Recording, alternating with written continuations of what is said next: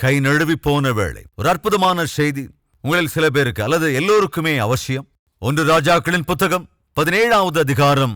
அதை வாசிப்பதற்கு முன்பு நடந்த சம்பவத்தை உங்களோடு சொல்லுகிறேன். தயவு செஞ்சு கவனிங்க.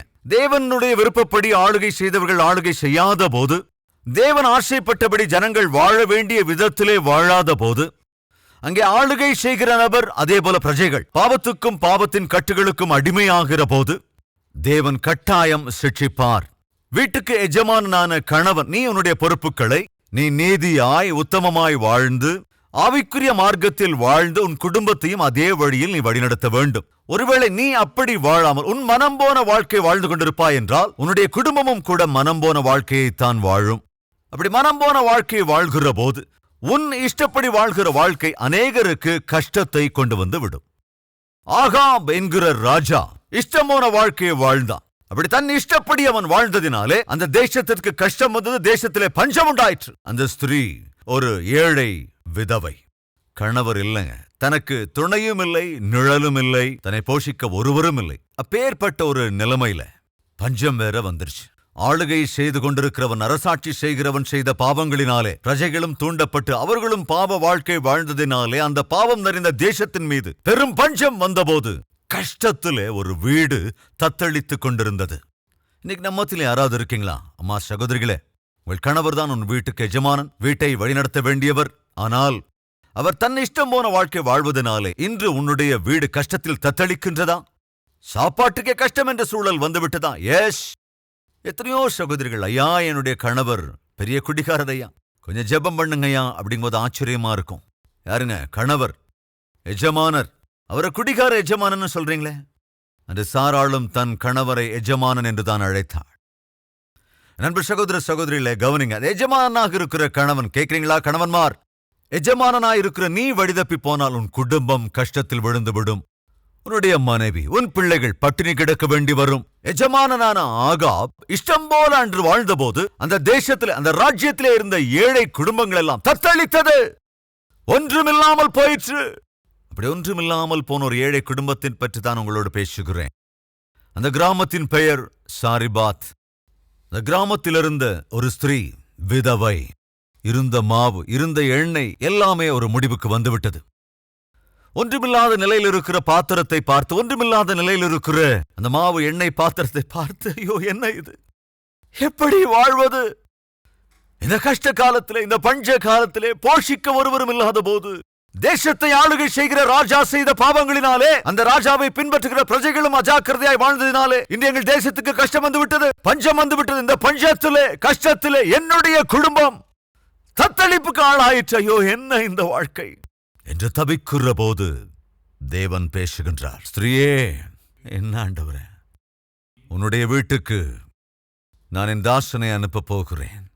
அவனை நீ போஷிக்க வேண்டும். அது என்ன ஆண்டவரே, எனக்கே சாப்பாட்டுக்கு ஒண்ணு இல்லை, ஒருவேளை கடக்கிறதே கஷ்டம், எல்லாம் முடிந்து போன நிலை. என்னோட வீட்டுக்கு ஊழியக்காரன் அனுப்பினா என்னால் எப்படி போஷிக்க முடியும்? உன்னிடம் உள்ளவைகளை கொண்டே முதலாவது அவனுக்கு கொடு. அப்ப எதிர்கேள்வி கேட்கல. கஷ்டத்தில் இருக்கிற என்னோட வீட்டுக்கு, ஒன்றுமில்லாத நிலையில் இருக்கிற என் வீட்டுக்கு உடைய ஊழியக்காரரை அனுப்புவேன் என்கிறீர். ஆண்டவரே, நீர் எல்லாவற்றையும் அறிந்திருக்கிறவர். என்னுடைய நிலை என்ன என்பதை அறிந்திருக்கிற தேவன் நீர். என் வீட்டுக்கு ஊழியக்காரரை அனுப்புவேன் என்கிறீர், போஷிக்க சொல்லுகிறீர் என்று நீர் சொல்லுகிறீர் என்றால் இந்த வார்த்தைக்கு நான் கீழ்ப்படுகிறேன். அந்த ஊழியக்காரன் வந்துட்டான். அவனோட பேர் எலியா. அவளை பார்த்து சமயத்தில் அவன் வந்து, ஸ்திரீயே கொஞ்சம் தண்ணி கொடுக்க முடியுமா? அப்படியே என் ஆண்டவனே என்று போகிறவள், ஒரு நிமிஷமா எனக்கு தண்ணி கொண்டு வரும்போதே ஒரு அப்பத்தையும் கொண்டு வர முடியுமா? அப்ப சொன்னாங்க அந்த விதவை, ஐயா அப்போ சுட்டுத்தர சொல்றீங்க, கொஞ்சம்தான் மாவு இருக்கு, அந்த கொஞ்சம் மாவை வச்சு அப்பம் சுட்டு நானும் என் பிள்ளையும் சாப்பிட்டு செத்து போகலாம் என்று நினைத்தோம். ஏன்னா தேசத்துல பஞ்சம் தலைவிரித்தாடுகிறது.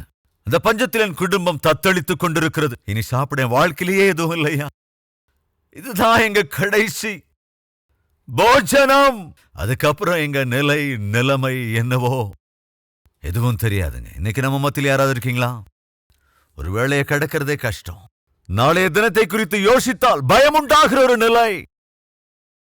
பிள்ளைகளை குறித்து, அவர்கள் படிப்பை குறித்து, அவர்கள் விவாகத்தை குறித்து யோசித்தாலே நடுக்கம் உண்டாகிற நிலைமைக்குள் யாராவது இருக்கீங்களா? கவனிங்க சகோதரிகளே, சகோதரர்களே, நான் பிரசங்கிக்கிற தேவன் உன்னை காண்கிறவர், உன்னையும் உன்னுடைய நிலைமையையும் கவனிக்கின்றவர். அந்த ராஜா செய்த பாவத்தினாலே, ராணி செய்த பாவத்தினாலே, அவருடைய பாவ அரசாட்சியினாலே, பிரஜைகள் செய்த பாவத்தினாலே தேசத்துக்கே பஞ்சம் வந்த போது, கஷ்டம் உண்டான போது, அங்கே ஒரு ஆவிக்குரிய ஸ்திரீ, ஏழ்மையில் தத்தளித்த ஆவிக்குரிய ஸ்திரீ, ஒரு விதவை, அந்த விதவையின் வாழ்க்கையில, அந்த விதவையின் வீட்டிலே எல்லாமே முடிந்த சூழ்நிலையில தேவன் கவனிச்சாருங்க. இந்த நாளிலும் உன்னுடைய இல்லாமையை தேவன் கவனிக்கிறார். உன்னுடைய ஏழ்மை நிலையை என் தேவன் கவனிக்கிறார். வெறுமையாகி போன உன்னுடைய பர்ஸை, காலியாக இருக்கிற உன் பேங்க் பேலன்ஸை, காலியாக இருக்கிற உன் வீட்டின் பாத்திரங்களை, காலியாக இருக்கிற உன் உள்ளத்தை என் தேவன் கவனிக்கிறார். சிங்க குட்டிகள் தாழ்ச்சி அடைந்து பட்டினியாயிருக்கும். கர்த்தரை தேடுகிறவர்களுக்கோ ஒரு நன்மையும் குறைவுபடாதபடி காத்துக்கொள்ள என் தேவன் போதுமானவர். நம்பினோர் தேவனை மகிமைப்படுத்துறீங்களா?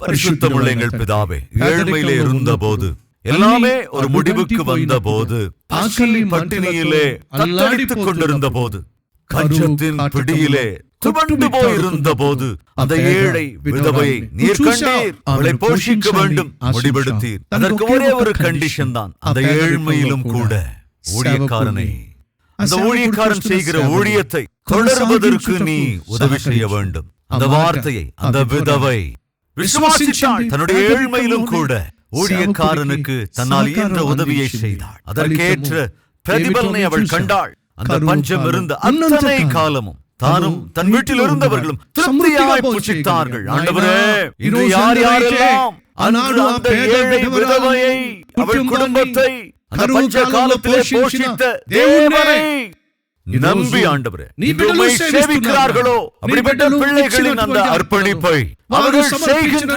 உதவியை நினைவு கூறுவேன் என்று வாக்கு பண்ணினீரே. இப்பொழுதும் ஆண்டவரே, உம்முடைய ஊழியக்காரன் செய்கிற இந்த ஊழியங்களுக்கு உதவி செய்கிற ஒவ்வொருவரையும் நினைவு கூறுங்க ஆண்டவரே. கஷ்டத்திலே தியாகத்தோடு கூட, கடினமான காலங்களிலே பஸ்துனி இருந்து கூட ஆண்டவரே, அர்ப்பணிக்கின்ற தியாகம் நிறைந்த இந்த காணிக்கைகளை நீர் அங்கீகரித்து பிள்ளைகளை ஆசீர்வதிங்கப்பா. அற்புதமான திருப்தியை உம்முடைய பிள்ளைகளுக்கு நீர் அருளி செய்ய வேண்டும் என்று இயேசு கிறிஸ்துவின் நாமத்தில் வேண்டிக் கொள்கிறோம் பிதாவே. ஆமென்.